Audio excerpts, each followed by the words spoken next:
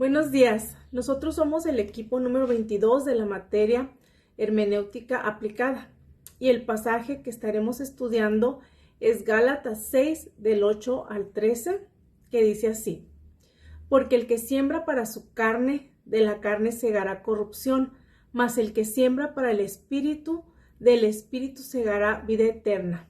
No nos cansemos pues de hacer el bien, porque a su tiempo segaremos si no desmayamos.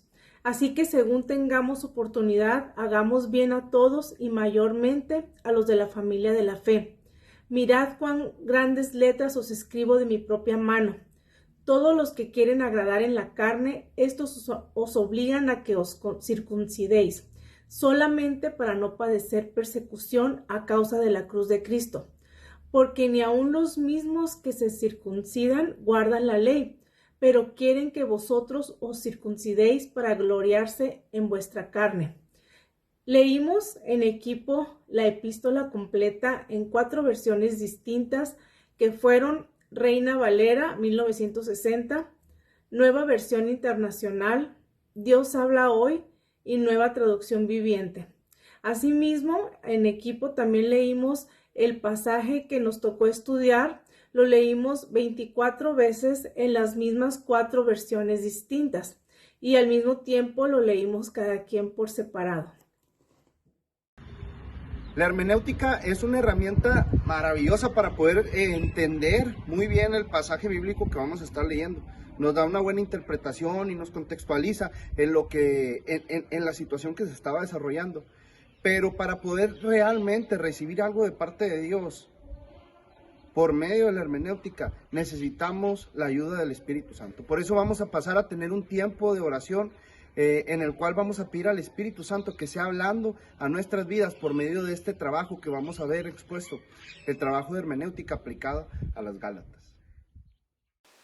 Espíritu Santo, te honramos, te glorificamos, te alabamos y pedimos tu dirección como grupo, como equipo, para que tú nos ayudes a conocer, tú nos ayudes a estudiar, tú nos ayudes a interpretar esta porción de la palabra que es Gálatas capítulo número 6, del verso número 8 al verso número 13. Sé tú ayudándonos a comprender, a entender, a discernir, a conocer todo lo que tú nos quieres revelar a través de esta porción de la Escritura. En tus manos nos ponemos para que podamos realmente conocer cuál es la intención original con la que tú escribiste o la que tú inspiraste al autor a escribir esta porción de la palabra, pero sobre todo tú nos ayudes a aplicarla en nuestras vidas y sobre todo también nos ayudes a exponerlo de la manera adecuada y correcta. Te honramos y te glorificamos y en tus manos nos ponemos en el nombre de Cristo Jesús. Amén. Hola, buenas tardes equipo. Estamos en este trabajo de hermenéutica con la revisión del libro de Gálatas. En esta ocasión, el capítulo 6, versículos 8 al 13. Este libro de Gálatas fue escrito por Pablo, apóstol, en la ciudad de Antioquía, hoy Siria, e incluso en el pasado Siria, una ciudad muy histórica en su contexto. Es un libro dirigido especialmente a los cristianos de la iglesia de Galacia, aquellos a los cuales les fue llevada la palabra por el mismo apóstol Pablo y por Bernabé, su colaborador, quienes dejaron sembrada pues la palabra de verdad en su tiempo. Sin embargo, dentro del propósito de esta carta es mostrarles que han estado abandonando la fe por las enseñanzas de las falsas doctrinas de los maestros de la ley o aquellos fariseos que seguían insistiendo en la doctrina de la circuncisión y cosas que estaban en la ley que ya no se expresaban tanto por el Espíritu Santo. Pablo hace el llamado en estos versículos 8 al 13 a evitar la circuncisión, aún estando ahí en la ley. Incluso hace el llamado a estar trabajando por la fe, estar trabajando por fruto del Espíritu y estar siendo llenos del Espíritu para las buenas obras, hacer buenas siembras y demás. El contenido de este libro principalmente es la salvación por la fe, el demostrar el apostolado de Pablo entre todas las iglesias que tiene, mostrar los frutos del Espíritu Santo y por último, en este capítulo 6 de despedida, mostrar que es mejor sembrar, hacer bien a los que están en la fe, hacer bien a aquellos que se están ayudando unos a otros. Y bueno, el libro nos está mostrando un contenido que nos ayuda a poder evangelizar, a regresar a la iglesia, a su situación del Espíritu Santo y ser convencidos por él. Les agradezco mucho el tiempo en esta revisión del trabajo de hermenéutica, capítulo 5, donde expresamos pues el autor, el año de escritura del libro, la ciudad, su contenido, desde esta perspectiva de versículos 8 al 13 del capítulo 6. Gracias. Hola, buenas tardes. Yo les voy a hablar acerca de la armonía del texto con su contexto inmediato. Comenzamos con el contexto previo. Pablo exhorta a los Gálatas a que anden en el espíritu y que no satisfagan los deseos de la carne. Les menciona una lista de las obras de la carne, por las cuales todo el que las practique no heredará el reino de Dios. Y también les da a conocer cuál es el fruto del espíritu. Los que viven en el espíritu han crucificado a la carne y estos no viven en legalismo. La armonía con el texto que estamos estudiando, vemos que está relacionado en el capítulo 6, del 8 al 13, donde el autor habla acerca de la ley de la siembra y la cosecha, la cual tiene la misma validez tanto en los campos físicos como en lo moral y espiritual. El autor menciona que los que siembran para su propia carne, de esto también cosecharán corrupción. Pero también les dice que los que siembran para el Espíritu cosecharán vida eterna. Todo cristiano que se ocupa de las cosas de Dios y no de las cosas de la carne cosecha el fruto del Espíritu Santo. También les recuerda que ellos fueron llamados para vivir en libertad, la cual no es para que satisfagan los deseos pecaminosos de la carne, sino para que con toda libertad sirvan a su prójimo por amor. Y sabemos que en amar al prójimo como a sí mismo, allí está resumida toda la ley. Y la armonía con nuestro texto es, en el versículo 10 lo relacionamos con hacer el bien y servir al prójimo. La vida del creyente es una oportunidad única para aprovechar nuestro tiempo sembrando para la gloria de Dios. El bien debe mostrarse en todos los hombres, incluyendo también en aquellos que aún no son creyentes, porque esto contribuye a ganar almas para Cristo. Y sabemos que también esa es la voluntad de Dios. Dice la palabra que hagamos este bien y mayormente a nuestra familia de la fe. Debemos amar a nuestros hermanos en Cristo. Pablo también instruye a los Gálatas en que Cristo los ha librado de la ley, por lo tanto ya no tienen que vivir bajo esta. No es necesario la circuncisión para lograr el favor de Dios, y el que lo hace está obligado a cumplir la ley de Moisés, la cual los separa de Cristo y los lleva a perder la gracia de Dios. En relación con los versículos 11 al 13, esto se refiere al legalismo, que son las obras de esfuerzo propio sin depender del Espíritu Santo. El orgullo religioso, que en este contexto es la circuncisión como un elemento necesario para la obtención de la salvación. También buscaban agradar a la carne y no les interesaba agradar a Dios, sino a los hombres. También representa cobardía para padecer la cruz. Negaban a Cristo para no padecer persecución y quedar bien con los hombres. Y también la hipocresía. Los judaizantes que se circuncidaban ni siquiera hacían el intento de vivir conforme a la ley de Moisés, ni mucho menos por el poder del Espíritu Santo. Únicamente se hacían cirugías externas, pero no practicaban el resto de la ley de Dios. Ahora veamos el contexto posterior. En los versículos posteriores vemos la declaración que Pablo le hace a los Gálatas, al decirle que él solo se gloría en la cruz de nuestro Señor Jesucristo. A Pablo no le importa la gloria que provenía de la fama de la riqueza, del estatus y del poder del hombre. Solo le importaba la gloria de la cruz de Cristo. También les menciona que ni la circuncisión ni la incircuncisión tienen ningún valor para alcanzar la salvación. Solo la cruz tiene el poder de hacer del creyente una nueva creación en Jesucristo y traerle salvación y vida eterna si aceptan el Evangelio por medio del sacrificio de Cristo en la cruz. Y esto a diferencia de los judaizantes que se gloriaban y sentían orgullosos de sus propias obras y de sus sistemas religiosos para agradar a la carne y buscar el favor de Dios, según lo que ellos pensaban. Veamos ahora la armonía del texto con el capítulo entero.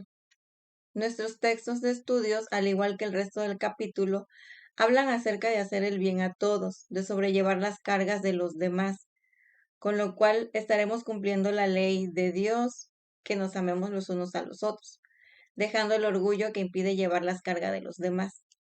También en este contexto de cuidarnos los unos a los otros, Pablo dice que se debe compartir todas las cosas buenas con los que instruyen y enseñan, y sobre todo hacer el bien, como ya habíamos mencionado, a la familia de la fe. Esto significa sembrar para el Espíritu, del cual también cosecharemos a su tiempo si nosotros persistimos en hacer el bien y no nos cansamos. Armonía del texto con el libro entero. Pablo defiende el Evangelio de Cristo. Les recuerda que aunque otros les quieran mostrar un evangelio diferente, este será anatema, porque el evangelio es solamente uno, y es el que Pablo recibió, no de hombre, sino por la revelación de Jesucristo. Les enseña que las personas que no son justificadas por las obras de la ley, sino por la fe en Jesucristo. Pablo con esto no busca agradar a los hombres, sino a Dios.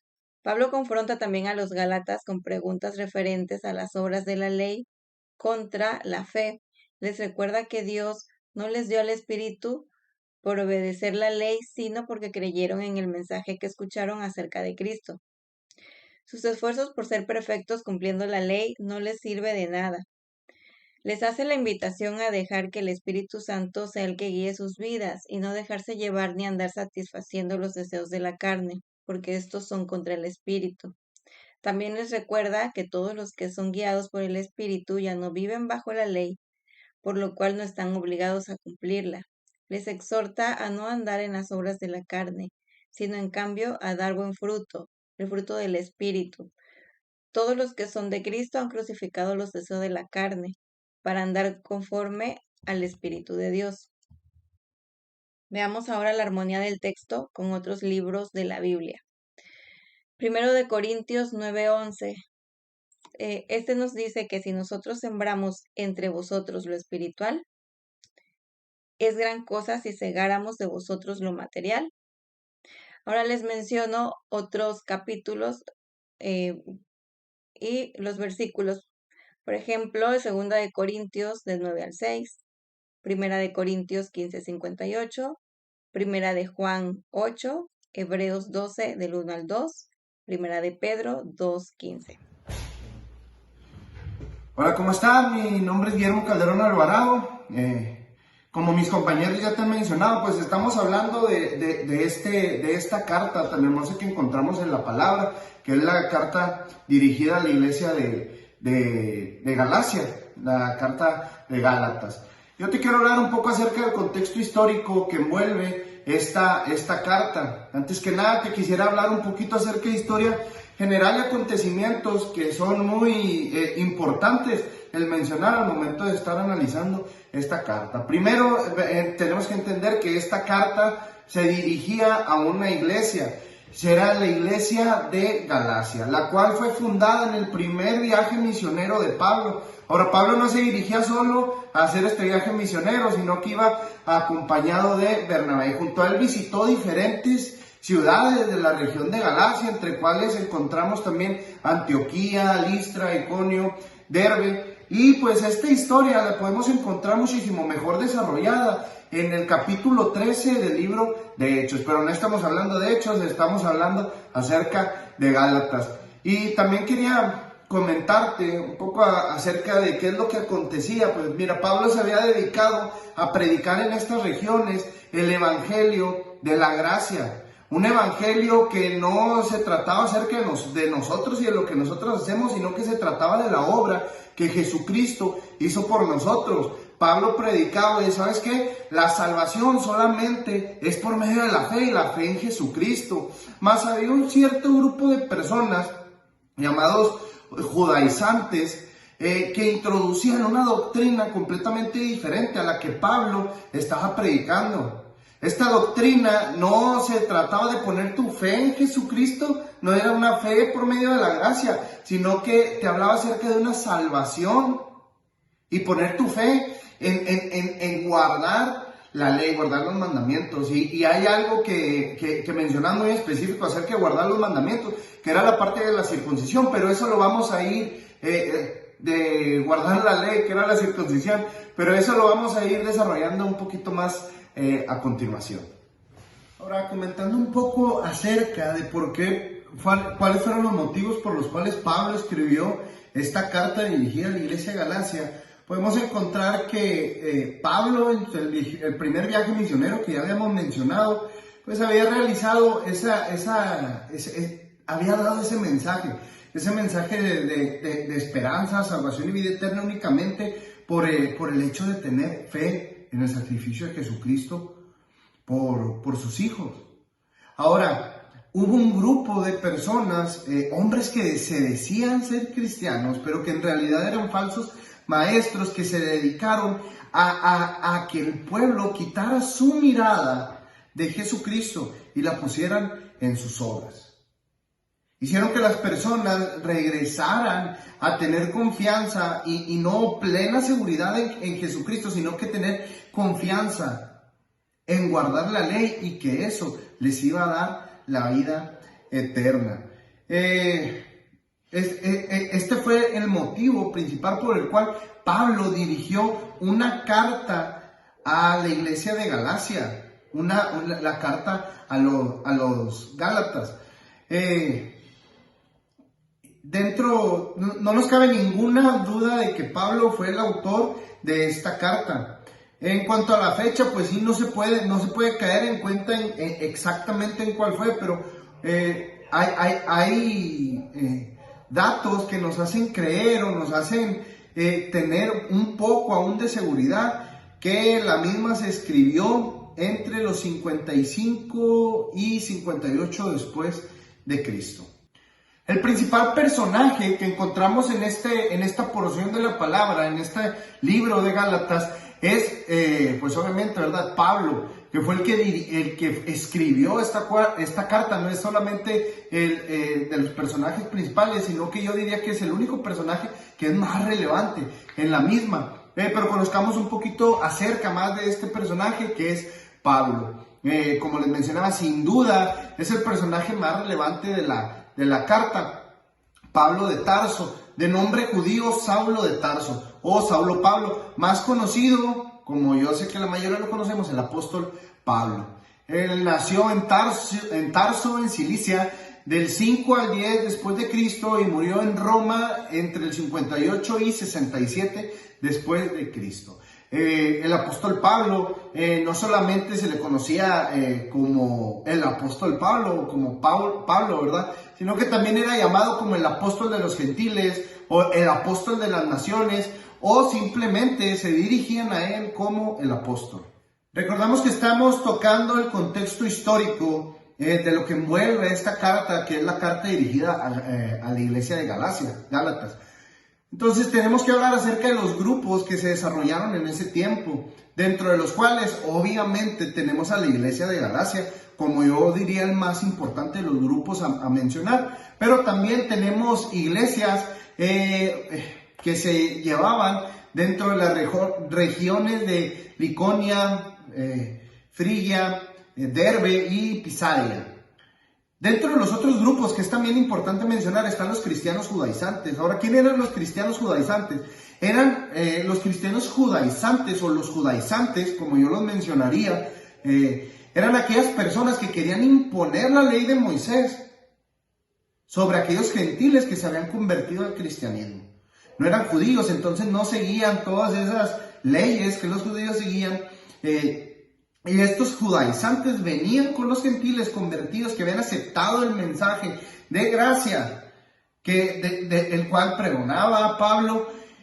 Pero ahora venían estos falsos maestros a querer implantar estos pensamientos de esclavitud de los cristianos a una ley que ya había quedado obsoleta, que era la ley de Moisés. Ahora, la palabra judaizante no se encuentra tal cual en la Biblia, pero sale esta palabra del hecho que encontramos en Gálatas 2:14, donde menciona el verbo judaizar. Y esta parte de judaizar, o de lo que se dedicaba a este grupo, fue una tendencia muy fuerte en el seno de la Iglesia Apostólica, y tuvo que ser examinada muy cautelosamente y a fondo y ser combatida por medio de la Iglesia. El Concilio de Jerusalén había ya dado declaraciones con respecto a la libertad cristiana, y lo podemos encontrar esto en Hechos 15, en esta parte que habla acerca del Concilio de Jerusalén.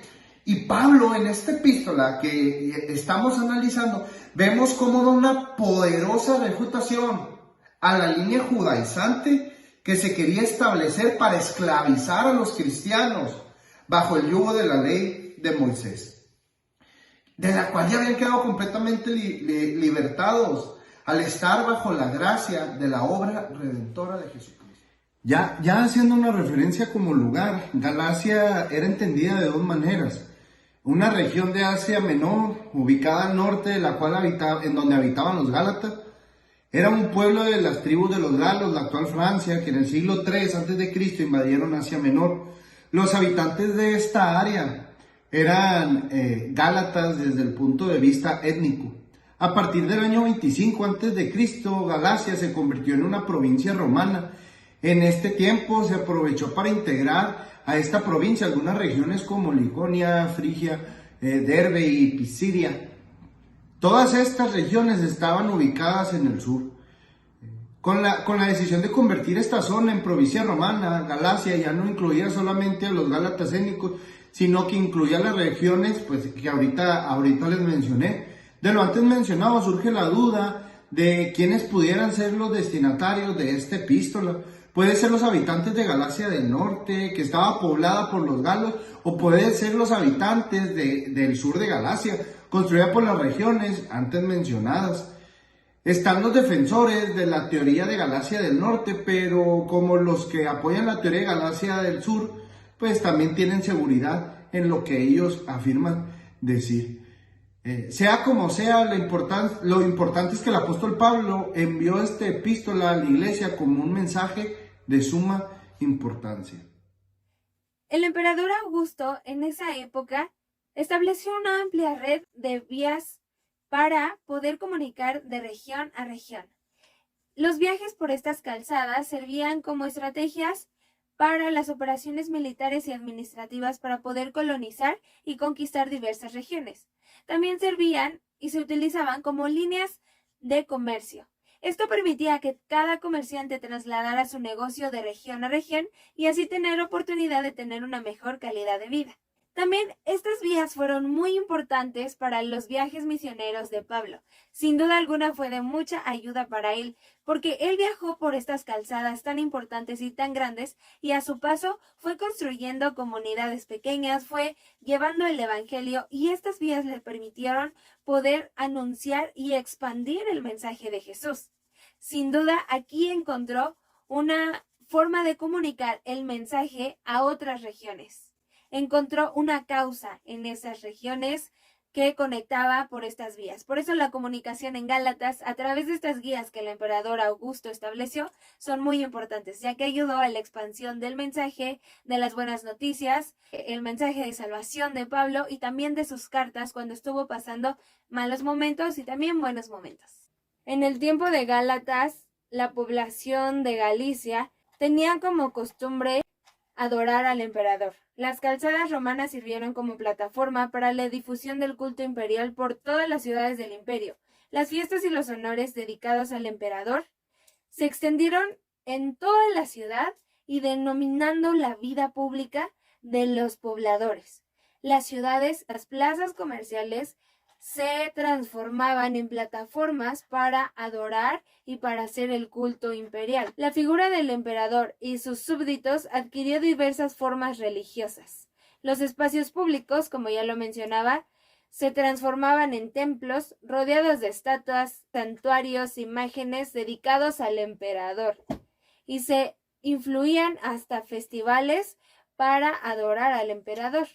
Se acostumbraba a platicar y a discutir acerca del nacimiento del emperador porque eso daba pie a que se le adorara más y se hiciera el culto adorando al emperador.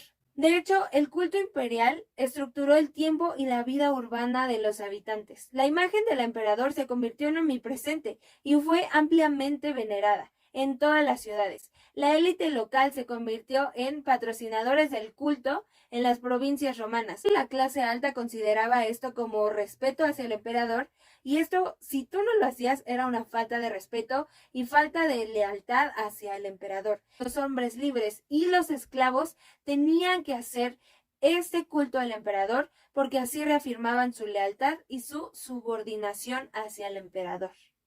¿Alguna vez te has preguntado acerca de la lengua en el tiempo de Gálatas? Déjame contarte un poco. El ambiente sociocultural de las ciudades de Asia Menor estaba caracterizado por la influencia de la cultura grecorromana. El sueño de Alejandro Magno era crear un imperio con una sola lengua, y eso permitió que la comunicación fluida en las ciudades de la región sucediera. Es así como la lengua griega logró unificar culturalmente Occidente y Oriente. Durante la dominación helenística, la mayoría de la población celta sintió el influjo de esta cultura, especialmente en la asimilación de la lengua griega, la llamada koine, eso significa lengua común. En la asimilación de la lengua griega, los habitantes hablaban la lengua, aunque no todos se expresaban de manera correcta o la sabían escribir de forma adecuada. Esta lengua marcaba las fronteras sociales entre los que hablaban y los que desconocían la koine, que, como ya lo mencionaba, es la lengua común. A estos últimos se les catalogaba como bárbaros. Esta lengua, que es la griega, facilitó a que Pablo pudiera pronunciar el Evangelio en una lengua que pudieran entender todos y así expandir el Evangelio, las cartas y las buenas nuevas que Pablo tenía que anunciar. Los estratos sociales marcaban las diferencias entre los ciudadanos. La condición social de la familia y el lugar donde se había nacido era el factor decisivo para catalogar a sus habitantes y así determinar si eran esclavos, si eran de la aristocracia, si tenían bienes, si tenían la oportunidad de trabajar o cuál era el factor para su catalogación. Galacia era una sociedad piramidal, es decir, que clasificaban a sus habitantes de acuerdo al lugar al que nacían. En la parte superior de la pirámide se encontraban las familias aristócratas y en la base los campesinos, las mujeres, los esclavos y los libertos. La aristocracia, que se movía en la esfera del poder, controlaba el comercio y poseía grandes posesiones, grandes terrenos para la agricultura, para negocios, etc. Esta pirámide pertenecía al clan imperial. No vivían en la región, sino que probablemente dirigían sus propiedades a través de libertos. Mediante una política de alianza con Roma, estas familias aristócratas mantenían el control de la ciudad, la movilidad social y económica de las ciudades. Dichas condiciones generaban oportunidades sobre todo para que los ricos y los poderosos incrementaran su riqueza y su poder. Hay un dato interesante en los esclavos. Había de esclavos a esclavos. Había esclavos que tenían el derecho de tener una vivienda, alimento y hasta un pago por sus amos que les permitía ahorrar y en un futuro comprar su libertad. La libertad podía ser condicional o permanente. El nivel socioeconómico de los esclavos era variado. Dependía del nivel económico de sus amos y de la actividad a la que éstos los destinaran. Había esclavos destinados al servicio doméstico, otros dedicados al trabajo del campo. Entre ellos también había gente culta, maestros, filósofos, poetas y artistas.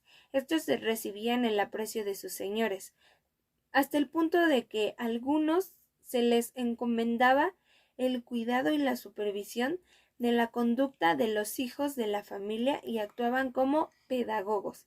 Esto también podemos encontrarlo en Gálatas 3, del 24 al 25. Esto es como un dato interesante.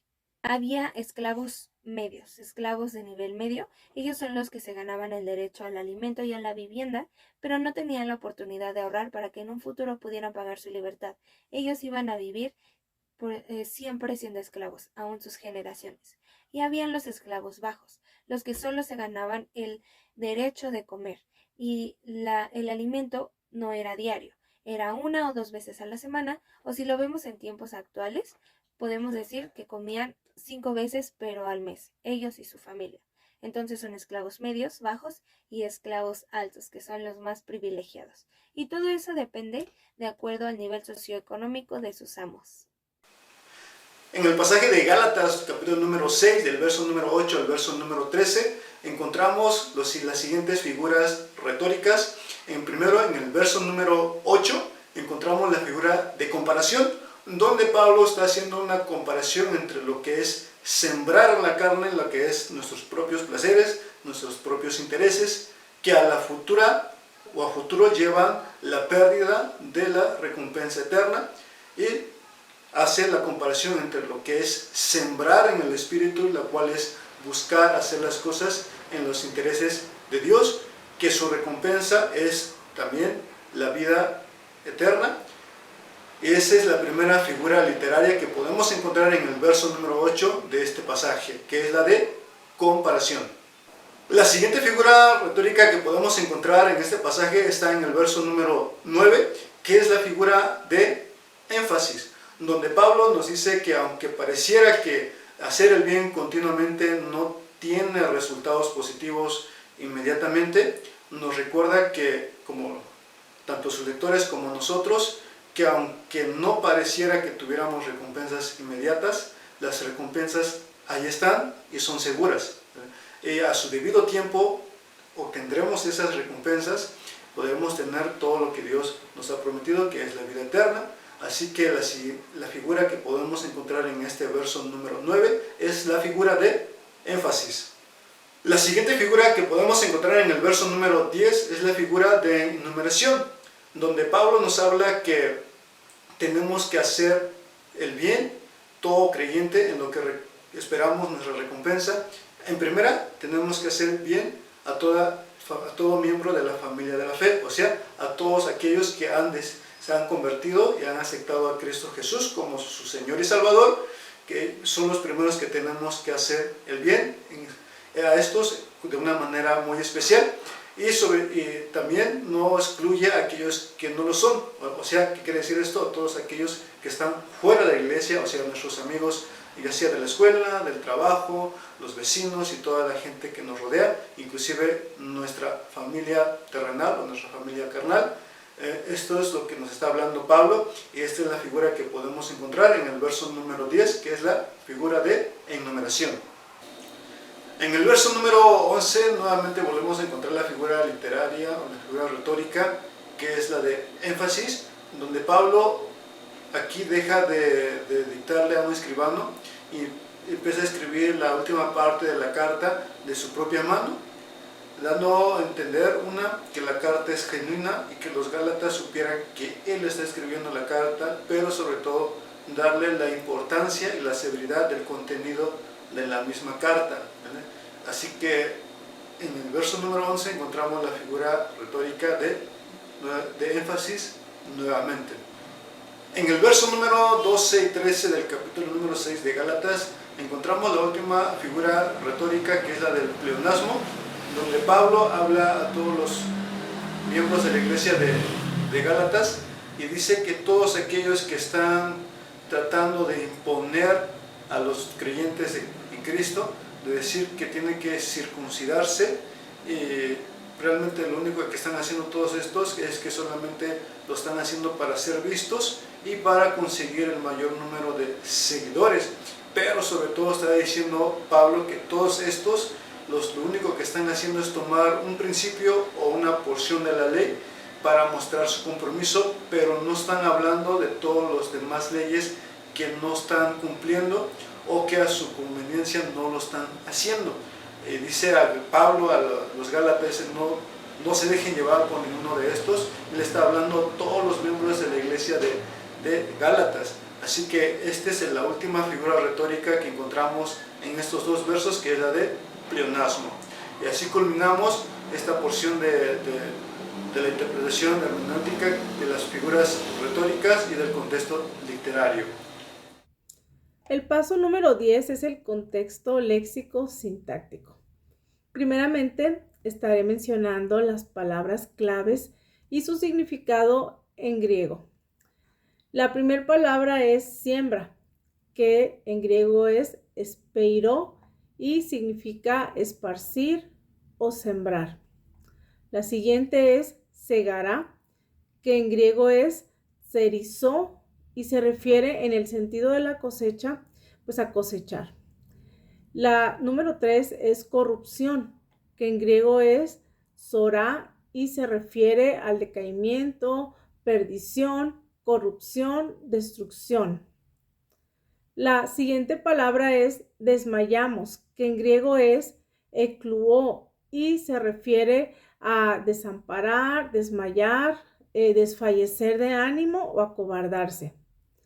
La siguiente palabra es oportunidad, que en griego es kairos y se refiere a tiempo fijo o apropiado. Es una oportunidad, sazón o tiempo. La siguiente palabra es agradar y en griego es euprosopeo y significa ser de buen semblante, agradar también. La siguiente palabra es carne, que en griego es sarx y se refiere a la naturaleza humana con sus debilidades, lo carnal, carne o cuerpo o sangre. La siguiente palabra es circuncidéis, que en griego es peritemno y se refiere a circuncidar o circunciso. La siguiente palabra es persecución, que en griego es dioko y significa padecer persecución. La siguiente palabra es Cristo, que en griego es Christos y significa Cristo, Jesucristo o el Mesías.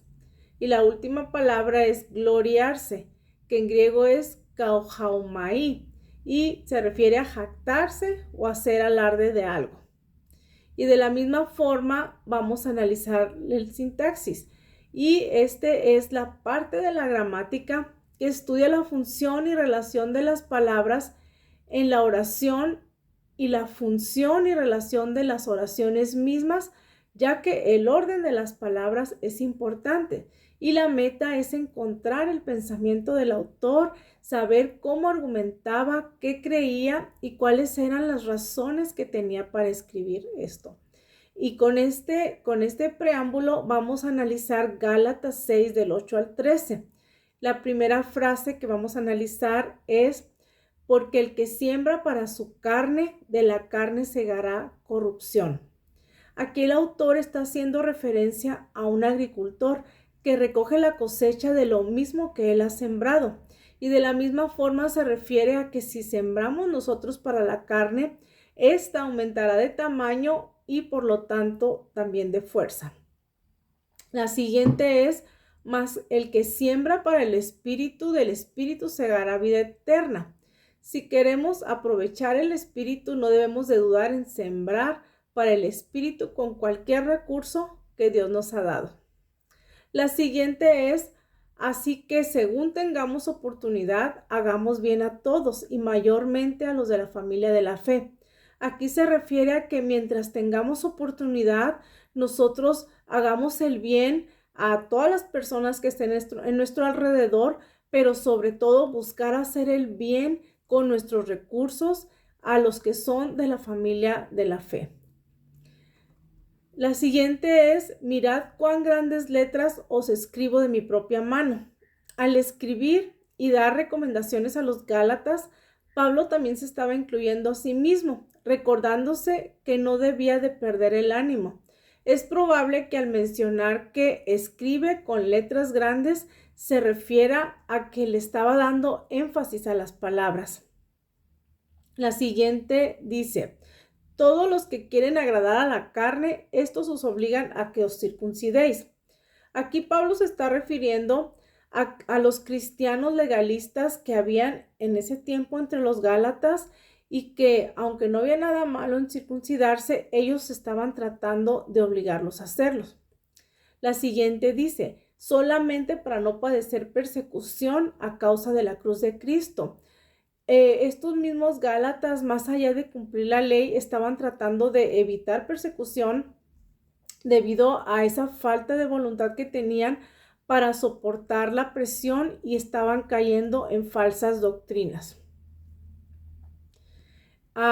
La siguiente dice: porque ni aun los mismos que se circuncidan guardan la ley, pero quieren que vosotros os circuncidéis para gloriarse en vuestra carne. Aquí se está refiriendo a esos cristianos legalistas que ellos estaban fingiendo estar preocupados por los gentiles que se estaban convirtiendo al cristianismo y que trataban de que se circuncidaran para que pudieran ellos llevar la presentación como si fuera un testimonio de sus propios logros. Muy bien, continuamos con este trabajo de hermenéutica, capítulo 12. Estamos trabajando el libro de Gálatas, capítulo 6, del versículo 8 al 13. Se refiere a dar la interpretación con y sin comentarios bíblicos de estos pasajes por parte del lector. Iniciamos en el versículo 8, dice que si hacemos las obras de la carne, pues cegaremos la corrupción de vida, es decir, podríamos estar cosechando temas de pecado como una mala conciencia, culpa, y podríamos estar atrayendo el mal a nuestras vidas simplemente por estar haciendo las obras de la carne. Sin embargo, si hacemos las obras del Espíritu, podríamos estar cosechando vida eterna y, claro, ¿por qué no?, todos los frutos del Espíritu Santo. Hacia el capítulo 9 nos habla de no cansarnos de hacer el bien, principalmente, dice el capítulo 10, hacia aquellos que son de la fe. Esto es un llamamiento a la iglesia a estar apoyando, colaborando a todos los que están en la fe, en los diferentes ministerios que están llevando tareas, y nuestro apoyo pudiera ser en diversas índoles, por ejemplo, en comida, en techo, en recursos financieros, en capacitación, en estudios, de tal forma que estemos edificando la iglesia continuamente. Finalmente, los versículos 11, 12 y 13 nos hablan respecto a los que están guardando la ley, que siguen diciendo los falsos maestros, por ejemplo, la doctrina de la circuncisión para parecer como una obra de la carne. A estos dice que es más conveniente dejarse llevar por el Espíritu y dejar de hacer estas obras de la carne, ¿no? Nos hace un llamamiento como iglesia a estar siendo más bien fructíferos, reconocer más bien el sacrificio en la cruz de Cristo Jesús, quien nos dio redención de todo pecado para poder lograr nuestra salvación. El libro de Gálatas, concluyendo sin interpretación, pues nos da una exhortación a recibir más del Espíritu Santo y, bueno, a la iglesia de Galacia le hace el llamamiento a no caer en las falsas doctrinas. Con esto quiero estar terminando mis comentarios respecto a sin el apoyo bíblico. Sin embargo, revisando los comentarios de la Biblia con comentarios de John MacArthur y de Matthew Henry, podemos ver que tiene una expresión similar con los comentarios bíblicos, donde dice que el corazón orgulloso pues no cosechará cosas buenas, sin embargo aquel que obedece al Espíritu Santo cosechará los frutos del Espíritu Santo, como son el gozo, la paz, la bondad, como ya los conocemos. Quiero agradecerles por el seguimiento a nuestro tema de hermenéutica y le doy el paso a nuestro siguiente compañero. Muchas gracias. Bien, veamos la aplicación en la actualidad de los principios incluidos en el texto. Nuestros versículos de estudio nos enseñan principios que en la actualidad siguen teniendo peso. Uno de esos principios que se mencionan es la siembra y la cosecha. De lo que sembramos segaremos. Cuando nosotros sembramos para el Espíritu, aún con cosas materiales, segaremos la vida eterna. Eso no se refiere a que segaremos cosas materiales. El versículo 9 nos invita a tener paciencia aún en estos tiempos, a continuar haciendo el bien, a no darnos por vencidos y perseverar para segar en el tiempo correcto de Dios. Otro principio vigente es el de hacer bien a todos y en especial a nuestros hermanos de la fe.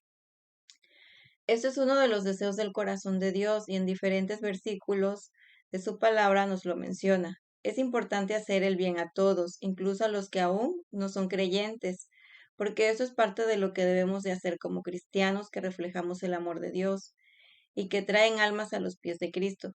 Nosotros como cristianos imitamos a Cristo, que da de su gracia común a toda la humanidad. Ahora bien, es de suma importancia cuidar a nuestros hermanos de la fe, amarlos, procurarlos, alentarlos, ayudarlos, proveerlos y contribuir también para su crecimiento espiritual como familia de Dios que somos. Veamos cuál es la transmisión cultural de mandamientos bíblicos. En el contexto de hacer el bien a los demás, el mandamiento bíblico que resume toda esta parte lo encontramos en Mateo 22:40 que dice, amarás a tu prójimo como a ti mismo.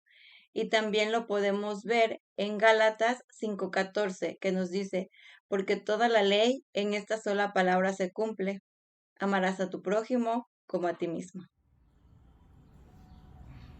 Terminando con este trabajo de hermenéutica, ya solamente queda el paso 14, el cual es realizar un bosquejo para sermón, el cual pues vamos a tomar como consideraciones.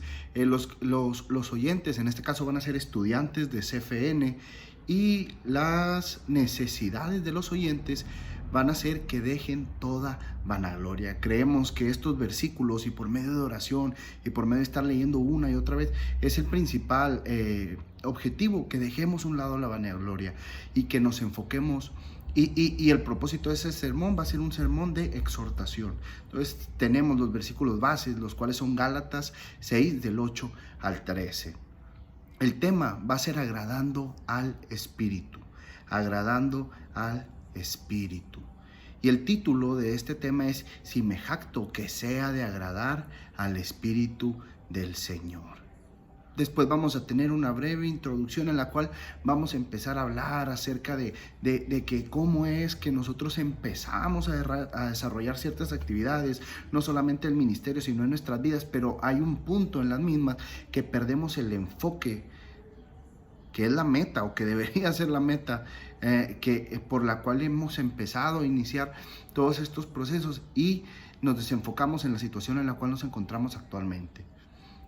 Y de ahí empezamos a hablar acerca y empezamos a hacer una relación de la misma en el enfoque con nuestra relación con Cristo. Tomamos como primer punto el versículo, el inicio del versículo de Gálatas 6:8. Y el primer punto es satisfaciendo los deseos de mi propia naturaleza. Después pasamos al punto número 2, el cual es queriendo encajar a los demás en nuestra relación con Dios. Entonces este es el segundo punto, queriendo hacer que los demás encajen. Y esta parte la tomamos de Gálatas 6:12. Como quiera, aquí están apareciendo todas las imágenes de los puntos en los cuales estamos haciendo referencia. Si gustas, puedes poner pausa a este video o tomar captura del mismo y tú más tranquilamente empezar a leer cómo se desarrollan cada uno de los mismos. Y terminamos en la parte 3, que es mi razón de ser. ¿Por qué soy? ¿Por qué existo? Entonces nosotros somos y nosotros existimos con el propósito de agradar al Espíritu de Dios, no a nosotros mismos, mucho menos a las demás personas. Claro que no, buscamos agradar únicamente al Espíritu de Dios. Esa es nuestra verdadera razón de ser. Después terminamos con una conclusión que dice, no es como yo creo que es correcto, no es para que yo me agrade, no es para que los demás se agraden de mí. Hoy es para que nuestro Dios Todopoderoso se agrade de nosotros. Es para que Él y por Él, porque Él nos ha dado la oportunidad de cosechar eternidad por medio de agradarle.